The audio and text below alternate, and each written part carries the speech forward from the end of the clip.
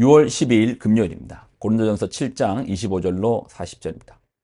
처녀에 대하여는 내가 주께 받은 계명이 없으되 주의 자비하심을 받아서 충성스러운 자가 된 내가 의견을 말하노니 내 생각에는 이것의 조언이 곧 임박한 환난으로 말미암아 사람이 그냥 지내는 것이 좋으니라. 내가 아내에게 매였느냐 노이기를 구하지 말며 아내에게서 노였느냐 아내를 구하지 말라. 그러나 장가가도 죄짓는 것이 아니요 처녀가 시집가도 죄짓는 것이 아니로되 이런 이들은 육신의 고난이 있으리니 나는 너희를 아끼노라. 형제들아 내가 이 말을 하노니 그때가 단축하여진 고로 이후로부터 안에 있는 자들은 없는 자 같이 하며 우는 자들은 울지 않는 자 같이 하며 기쁜 자들은 기쁘지 않는 자 같이 하며 매매하는 자들은 없는 자 같이 하며 세상 물건을 쓰는 자들은 다 쓰지 못하는 자 같이 하라. 이 세상의 외형은 지나감이니라. 너희가 염려 없기를 원하노라. 장가가지 않는 자는 주의 일을 염려하여 어찌하여야 주를 기쁘시게 할까 하되 장가간 자는 세상 일을 염려하여 어찌하여야 아내를 기쁘게 할까 하여 마음이 갈라지며 시집가지 않는 자와 처녀는 주의 일을 염려하여 몸과 영을 다 거룩하게 하되 시집간 자는 세상 일을 염려하여 어찌하여야 남편을 기쁘게 할까 하느니라. 내가 이것을 말함은 너희의 유익을 위함이요 너희에게 올무가 놓이려 함이 아니니 오직 너희로 하여금 이치에 합당하게 하여 흐트러짐이 없이 주를 섬기게 하려 함이라. 그러므로 만일 누가 자기의 약혼녀에 대한 행동이 합당하지 못한 줄로 생각할 때에 그 약혼녀의 홍기도 지나고 그것이 할 필요가 있거든 원하는 대로 하라. 그것은 죄 짓는 것이 아니니 그들로 결혼하게 하라.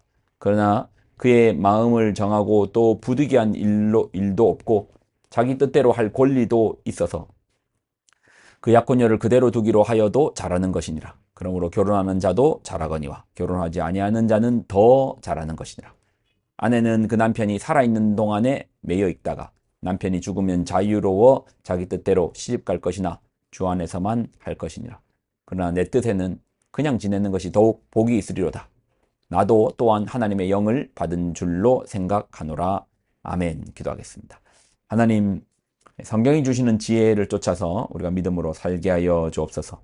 오늘 한 날도 주님의 날입니다. 영광을 드립니다. 예수님의 이름으로 기도드립나이다. 아멘. 오늘 본문은 결혼에 대한 바울의 관점을 보여주는데요. 바울의 의견입니다. 바울은 결혼을 하라고 합니까? 하지 말라고 합니까? 사실 하지 말라라고 말하지는 않습니다. 25절로 26절, 28절을 보면 처녀에 대하여는 내가 주께 받은 계명이 없으되 주의 자비하심을 받아서 충성스러운 자가 된 내가 의견을 말하노니 내 생각에는 이것이 좋으니 곧 임박한 환난으로 말미암아 사람이 그냥 지내는 것이 좋으니라. 내가 아내에게 매였느냐 노이기를 구하지 말며 아내에게서 노였느냐 아내를 구하지 말라. 그러나 장가가도 죄짓는 것이 아니요 처녀가 시집가도 죄짓는 것이 아니로되 이런 이들은 육신의 고난이 있으리니 나는 너희를 아끼노라. 바울은 어감상이죠. 이제 딱 강력하게 해라 하지 마라 그런 게 아니고 안 할 수 있으면 결혼 안 할 수 있으면 안 하는 게 낫다. 결혼하는 거 죄 아니다 잘못 아니다. 안 할 수 있으면 나처럼 안 하는 게 낫다. 왜요? 왜 이렇게 바울은 말합니까? 바울은 고린도전서는 바울의 서신서들 중에서는 앞에 쓰인 서신서잖아요. 초기 서신서의 내용은 바울은 우리 예수님이 바로 오실 줄 알았거든요. 주님의 재림이 환란이 긴박하다 생각했거든요. 오늘 말씀을 보면 형제들아 내가 이 말을 하노니 그때가 단축하여진 고로 이후로부터 안에 있는 자들은 없는 자 같이 하고 우는 자들은 울지 않는 자 같이 하며 기쁜 자들은 기쁘지 않은 자 같이 하며 매매하는 자들은 없는 자 같이 하며 세상 물건을 쓰는 자들은 다 쓰지 못하는 자 같이 하라. 이 세상의 외형은 지나감이라. 때가 단축되었다. 곧 임박한 환란으로 말미암아 사람이 그냥 지내는 것이 좋다. 그러니까 이제 바울이요 결혼에 대해서 해라 말라를 이제 안 할 수 있으면 안 하는 게 좋다. 혼자 살 수 있으면 혼자 사는 게 좋다. 왜요?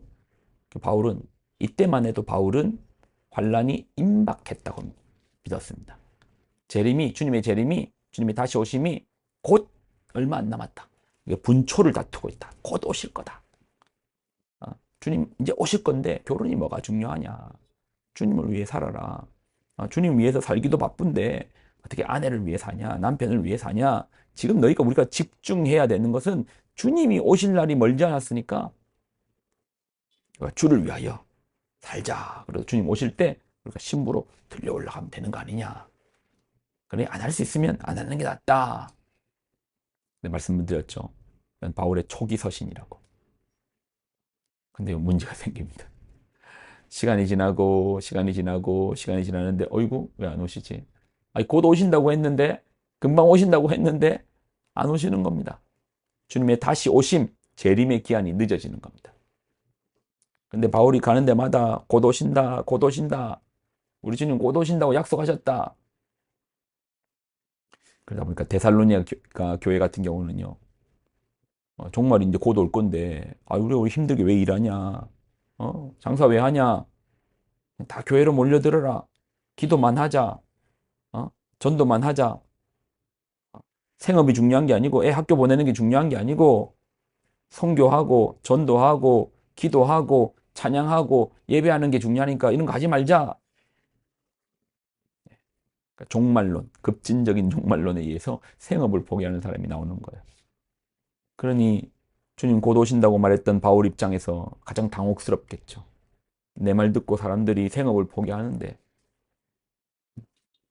그래서 데살로니가 후서에서는 아니다, 생업을 살아야 된다.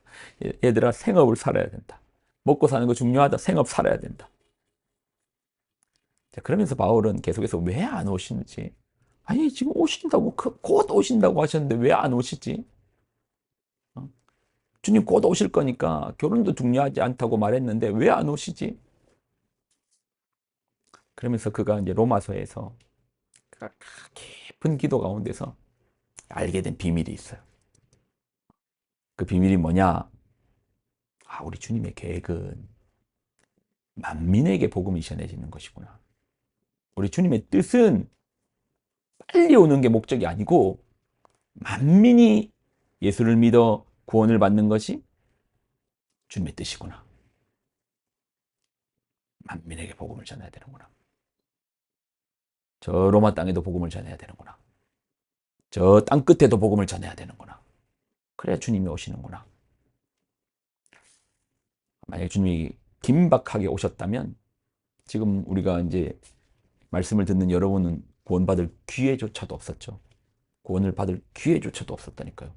그게 끝나버렸으면 어이구 시험 응모도 못 해보고 어이구 마감됐네. 기회조차 없었을 겁니다. 근데 주님께서 지체하시고 만민에게 복음을 주시기 위한 주님의 계획하심 가운데 우리에게도 우리가 어떻게 보면은 바울 입장에서 보면은 당시에 이제 땅끝 아닙니까? 우리가 극동 아시아잖아요. 우리에게도 이 극동에 있는 우리에게도 복음이 전해진 거죠. 놀랍죠. 참 은혜죠. 바울의 바뀌는 거. 하나님 뜻을 보고 바뀌는 겁니다. 우리 주님은 다시 오십니다. 약속하셨기 때문에 반드시 오실 겁니다. 그러나 그 사이에 우리에게 맡겨진 것은 우리 몸을 통하여 음행을 위해 사는 게 아니고 내 즐거움을 사는 게 아니고 주님의 복음을 위하여 땅 끝까지 주의 복음을 전하는 믿음에, 그래서 하나님께 영광 돌리는 인생 되기를 축원합니다. 기도하겠습니다. 하나님, 오늘도 주신 말씀을 귀하게 붙듭니다. 말씀 속에 있는 뜻을 발견하고 그 말씀 안에서 우리 삶의 목적을 누리게 하여 주옵소서. 우리로 주의 영광을 위하여 사는 믿음의 백성 되게 하여 주옵소서. 영광을 드립니다. 예수님의 이름으로 기도드립니다. 아멘.